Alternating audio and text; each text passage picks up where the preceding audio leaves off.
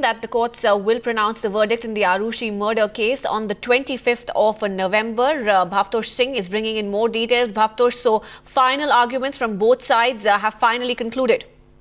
Yes, Radhika. In fact, not only the final arguments, but CBI's rebuttal has also been done today. And the court has reserved the verdict in the long-awaited Arushi Hemraj murder case for 25th. Now, the case has seen many ups and downs over a period of 5.5 years.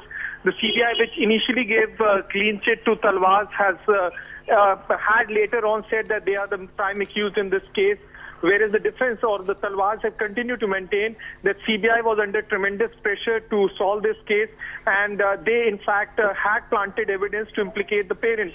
The CBI in its last argument also told the court that the scene of the crime was disturbed, and the couple being a famous doctor, they also knew how to destroy evidence in the case.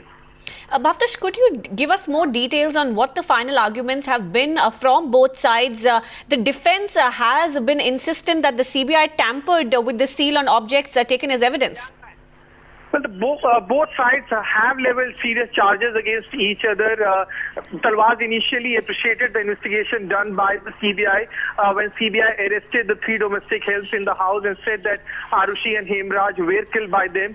But subsequently, with change of guard in CBI, when Ashwani Kumar took over as the director of CBI in 2008, a new team was formed, which after carrying out investigation for 2 years, said that Talwaz are the prime accused in this case.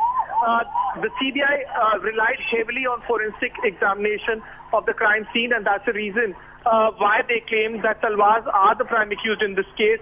And being someone who is proficient with medicinal science, right, they destroyed all possible evidence in the case. Bhavtosh, thanks for joining in with those details. So the verdict in that double murder case from 2008 will come on the 25th of November.